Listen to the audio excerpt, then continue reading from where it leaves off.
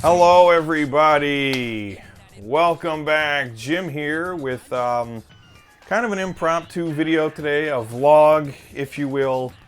Just had something kind of in the back of my mind kind of bugging me, and I was thinking about it so much I thought, why the hell not? Why not turn on the camera and talk about it and get the input of my very intelligent, insightful, attractive audience, and that's you.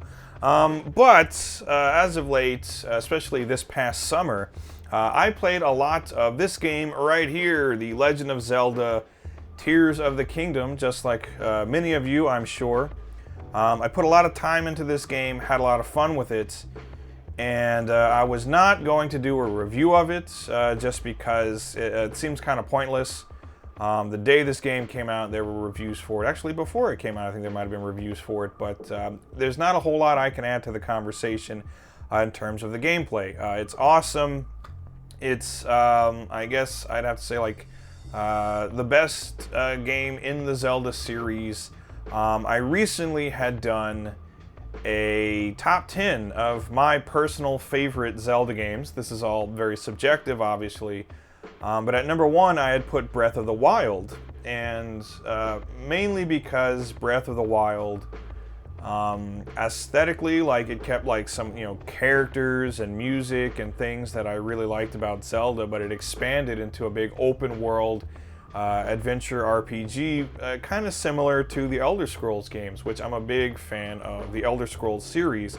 So I really loved that combination of Nintendo visual aesthetics with open world gameplay in the vein of an Elder Scrolls game, and just keeping that kind of like that beautiful art style, music, all that great stuff. So Breath of the Wild, I played it a lot and absolutely loved it, but also in that video I lamented kind of, I don't know if lamented is the right word, but I had said that, Zelda is like generational, like there's some kind of change. There are these like milestone Zelda games, and then there are games that just kind of like follow suit. But Breath of the Wild completely altered what we expected from the gameplay of a Zelda game. And in the video, I had kind of pondered, with Tears of the Kingdom coming out, if Breath of the Wild is already my favorite and it was released, it was getting these 10 out of 10 ratings, it's an amazing, brilliant game.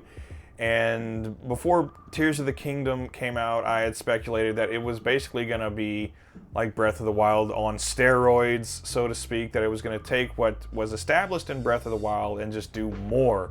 More, and that's exactly what it is. Tears of the Kingdom, still very similar to Breath of the Wild. You get the same overworld, although things have been changed and moved around and updated as time has passed, and then you get the underworld, you get the depths, you get the sky islands, you get all the caves to explore, all this stuff to collect, and then the vehicle building and all that was just insane. I'm not the type of person that has like too much patience for that kind of thing, but just watching the videos of the kind of contraptions people were building on YouTube. The game itself became a viral sensation because of all the possibilities. And it was great. It was a lot of fun. The story was, I thought, more engaging than Breath of the Wild's was. We got more in the way of story. It was more epic, spanning thousands of years. Kind of feels like retconning the timeline, though.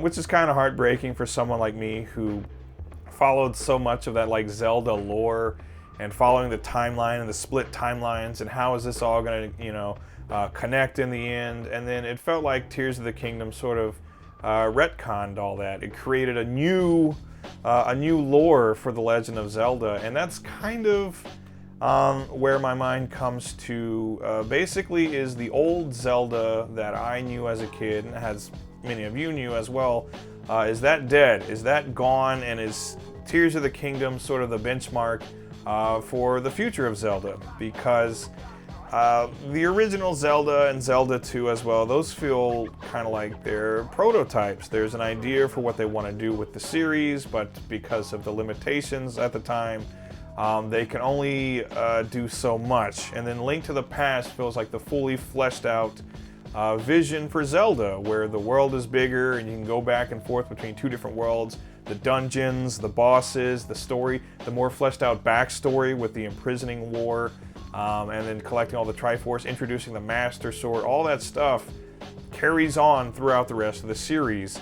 Ocarina of Time, obviously the first 3D Zelda game, and that sets the standard for what that kind of game should be. But after that, and carrying on from Link to the Past, it's still very much in that same formula. You change the scenery a bit. Games like Wind Waker and Twilight Princess and Skyward Sword, but the idea is still very much the same thing. You go to dungeons, you get items, you beat bosses, you get special story items that then give you access to a different area or a new dungeon or something like that, and the story progresses in a fairly linear fashion. Breath of the Wild comes along, totally sweeps all that off the board, makes it just a big open world game where you can go and explore and experience the story at your leisure. Not everybody experienced it the same. Not everybody found all the memories or whatever. Not everybody really cared. Not everybody liked the game. Some people thought it was just painfully boring and it sucked. I know people personally that were like, it's just too empty. It's cool that there's this big world to explore, but most of it, there's just nothing in it.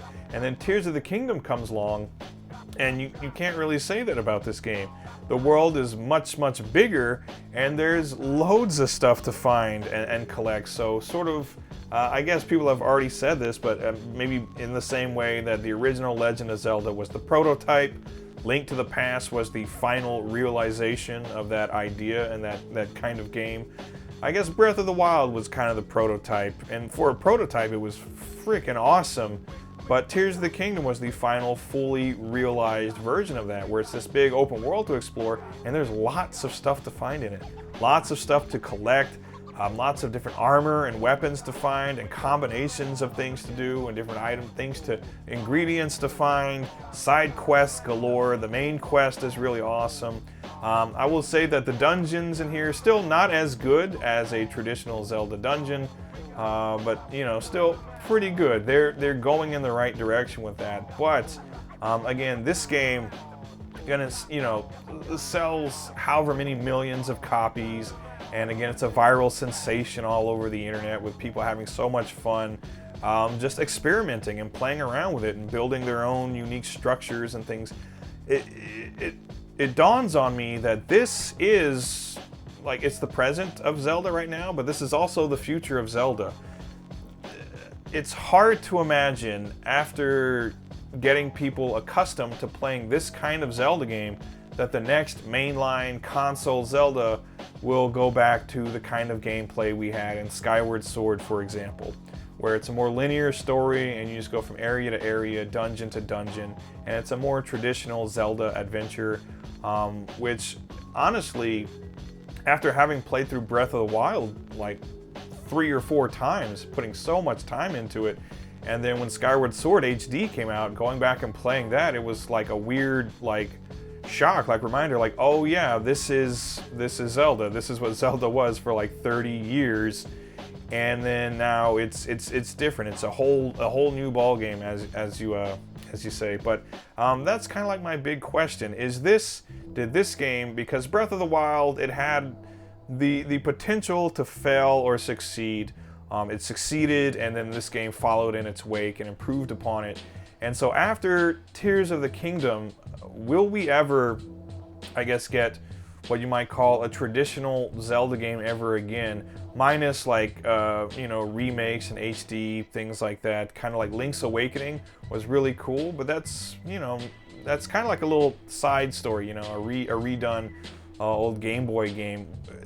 Will the next big Zelda game have to be even bigger than this? What else can they do? They'd have to expand it to a world beyond Hyrule. They'd have, the only way to go from here is up and bigger and more expansive. And now it feels like there's a whole new lore, and it's gonna have to follow that, or it's gonna have to jump around in time or jump around in space. Cross-dimensional things, going into other realms of existence. I don't know where Zelda goes from here, but I feel like the perception would be by most people and by people at Nintendo that going back, that's the keyword, back to a traditional Zelda style, would be a step back, because I'm not an older gentleman. I'm in my mid-30s, so I grew up with Super Nintendo, Link to the Past, N64, things like that. So those, for me, were Zelda games. But someone now who is, I don't know, between the ages of like 10 and 16, this, for them, is Zelda. This is what Zelda is. Those other games are kind of like maybe a little entertaining, but they're kind of like old. They don't have an experience with that. This, for them, is Zelda. So to follow this up with something not like this, or not bigger and better than this, could see those gamers potentially go away, those younger gamers. That's not my Zelda, is something they might say. My Zelda, you can build cars and torture devices and go deep underground and, you know, all this, you know, stuff we couldn't do in our old Zelda games. So yeah, I don't know. These are kind of like the ramblings of an old man, I guess. But that's my question. Has Tears of the Kingdom kind of put the final nail in the coffin of traditional old school Zelda games? Is my era of Zelda truly dead? If you want to, you can go back and replay those games, but they're not going to be making games like that anymore. They're going to be on to bigger and better things. Whatever they did with Tears of the Kingdom, the next game, they're going to have to expand upon it and do something even more grandiose than this, which means they're not going to be taking 2 steps back for those old Zelda games that I grew up with. So that's just, I don't know, something that happens, I guess. You get older and you start to think about those things, like, is my era of entertainment is done, the new generation is coming along, and they have expectations of their own and entertainment that they enjoy, and that's going to become the main focus, because that's presumably where the money is. Young people usually don't have much money, but what they do have, they mostly will spend on their entertainment. But yeah, I don't know. What do you think down in the comments? Is classic Zelda, is it dead and gone forever? Will we never see another game like Ocarina of Time or Twilight Princess? And what could the future of Zelda games really be? How do you go bigger and better than Tears of the Kingdom? Do you have to leave Hyrule and go to other places, just expand the world, make it a literal world, a globe to explore as opposed to a kingdom? I have no idea, but it is fun to speculate. So please do so down in the comments. And thanks for listening. I know this isn't my typical kind of video.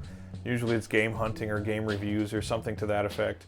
But this was just something that was kind of, again, gnawing at the back of my brain. So I felt like, turn the camera on, get it off your chest. So thanks again for watching, everyone. I greatly appreciate it. Until next time, take care, and I'll see you then. Goodbye.